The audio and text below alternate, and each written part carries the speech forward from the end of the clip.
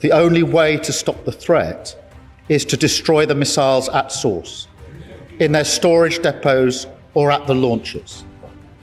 What you're about to hear is a major statement delivered in the UK Parliament during a rapidly escalating crisis in the Middle East. The British government is responding to missile attacks linked to Iran, while also addressing pressure from the United States and former President Trump. The key question here is whether Britain should move from defense to direct military involvement.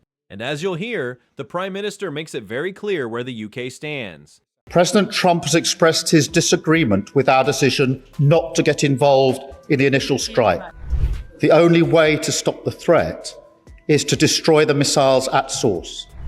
The US requested permission to use British bases for that specific and limited defensive purpose. Yesterday evening, we took the decision to accept that new request. It is my duty to protect British lives. That is why we put British jets in the air. Thank you, Mr. Speaker. With permission, I will update the House on the situation in Iran and the wider region and our response. Mr. Speaker, the United Kingdom was not involved in the initial strikes on Iran by the US and Israel. That decision was deliberate. We believe that the best way forward for the region and for the world is a negotiated settlement in which Iran agrees to give up any aspirations to develop a nuclear weapon and ceases its destabilizing activity across the region. That has been the long-standing position of successive British governments. President Trump has expressed his disagreement with our decision not to get involved in the initial strikes. But it is my duty to judge what is in Britain's national interest. That is what I've done, and I stand by it.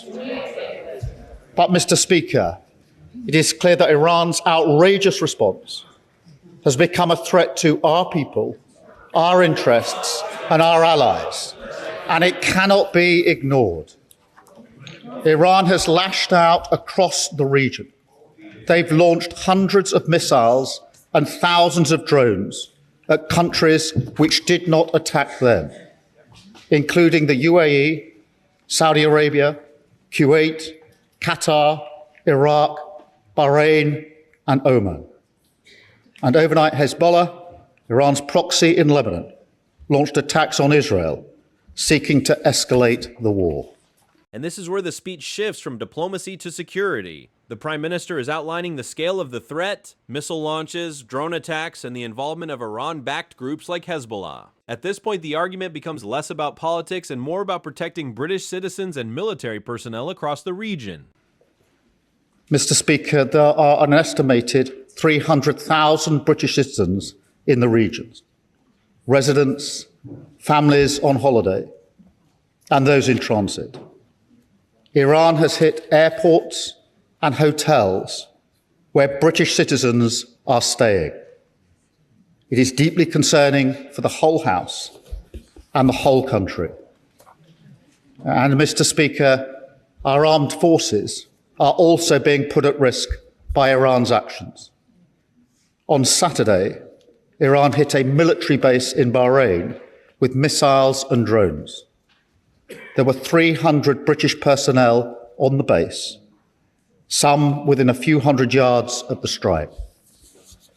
Last night, a drone hit RAF Akrotiri in Cyprus. There were no casualties in this strike. Mr. Speaker, it is important for me to say that our bases in Cyprus are not being used by US bombers. The security of our friends and partners in Cyprus is of critical importance. And, Mr. Speaker, I want to be clear. The strike on RAF Akrotiri in Cyprus was not in response to any decision that we have taken. In our assessment, the drone was launched prior to our announcement. Iran's aggression towards Britain and our interests is long-standing, and that's why we've always ensured that protections for British bases and personnel are at their highest level. Mr. Speaker, it is very clear that the death of the Supreme Leader will not stop Iran from launching these strikes. In fact, their approach is becoming even more reckless and more dangerous to civilians. They are working ruthlessly and deliberately through a plan to strike not only military targets, but also economic targets in the region, with no regard for civilian casualties.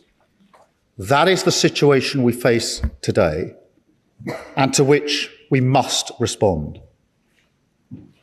Mr. Speaker, I've been speaking to our Gulf partners over the weekend. They're outraged by Iran's acts, particularly as they played no part in any strikes, and they've asked us to do more to defend them. Moreover, it is my duty, the highest duty of my office, to protect British lives. That is why we put British jets in the air, Typhoons and F-35s, as part of coordinated defensive operations, which have already successfully intercepted Iranian strikes, including, Mr. Speaker, taking out one drone that was heading towards a coalition base in Iraq, housing UK service personnel. I want to pay tribute to our brilliant servicemen and women, putting themselves in harm's way to keep others safe. And I know the whole House will join me in expressing our gratitude and our respect. But, Mr. Speaker, it is simply not possible to shoot down every Iranian missile and every drone after they've been launched. The only way to stop the threat is to destroy the missiles at source, in their storage depots or at the launchers. The US requested permission to use British bases for that specific and limited defensive purpose, because they have the capabilities to do so. Yesterday evening, we took the decision to accept that new request in order to prevent Iran firing missiles across the region, killing innocent civilians, putting British lives at risk, and hitting countries that have not been involved. To be clear, the use of British bases is limited to the agreed defensive purposes. We are not joining the US and Israeli offensive strikes. The basis for our decision is the collective self-defence of long-standing friends and allies and protecting British lives. It is in accordance with international law, and we've produced a summary of our legal advice, which clearly sets this out. We will keep the decision under review. Mr. Speaker, we are not joining the strikes, but we will continue our defensive actions in the region. France and Germany are also prepared to enable US action to destroy Iran's capability to fire missiles and drones from source. I've been in close contact with President Macron and Chancellor Merz in recent days, as well as President Trump and leaders across the region to that end. Mr. Speaker, be in no doubt, the regime in Iran is utterly abhorrent. In January, they murdered thousands of their own people, the full horror of which is still hidden from the world. For decades, they have sought to destabilize the region and export terror around the world. Their proxies in Yemen have targeted British ships in the Red Sea. They've facilitated Russia's attacks in Ukraine. The regime's tentacles have even reached these shores, posing a direct threat to Iranian dissidents and to the Jewish community. Over the last year alone, Iran has backed more than 20 potentially lethal attacks on UK soil, each of which, Mr. Speaker, we have foiled. So it's clear the Iranian regime must never be allowed to get their hands on nuclear weapons. That remains the primary aim of the United Kingdom and our allies, including the US. And ultimately, this will have to be achieved at the negotiating table.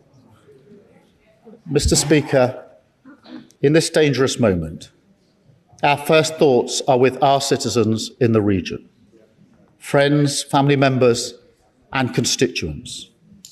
I recognise the deep concern that the situation is causing for those involved and for communities across the country.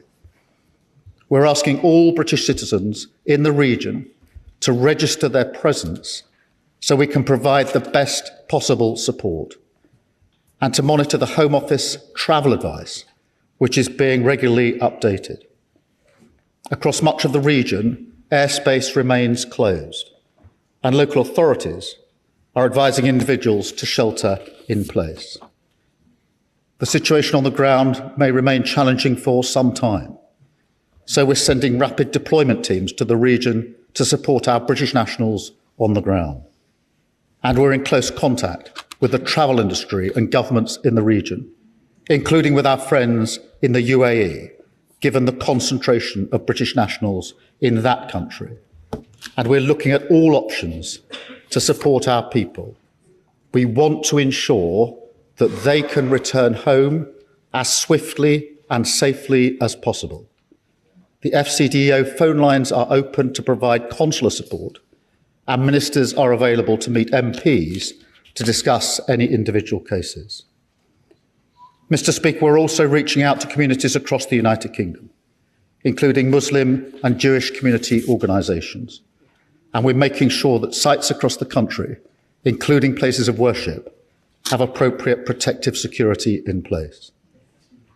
Mr. Speaker, the situation in the region is developing rapidly, so we will continue to update the House in coming days. Mr. Speaker, I've spoken recently about the toll that global events are taking here at home. They come crashing into our lives with ever greater frequency, hitting our economy, driving up prices on the supermarket shelves or at the pump, dividing communities, bringing anxiety and fear. That's why how we operate on the world stage matters so much. Mr. Speaker, we all remember the mistakes of Iraq, and we have learned those lessons. Any UK actions must always have a lawful basis and a viable, thought-through plan. I say again, we were not involved in the initial strikes on Iran, and we will not join offensive action now. But in the face of Iran's barrage of missiles and drones, we will protect our people in the region and support the collective self-defence of our allies, because that is our duty to the British people. It is the best way to eliminate the urgent threat, to prevent the situation spiralling further, and support a return to diplomacy. It is the best way to protect British interests and British lives. That is what this government is doing, and I commend this statement to the House.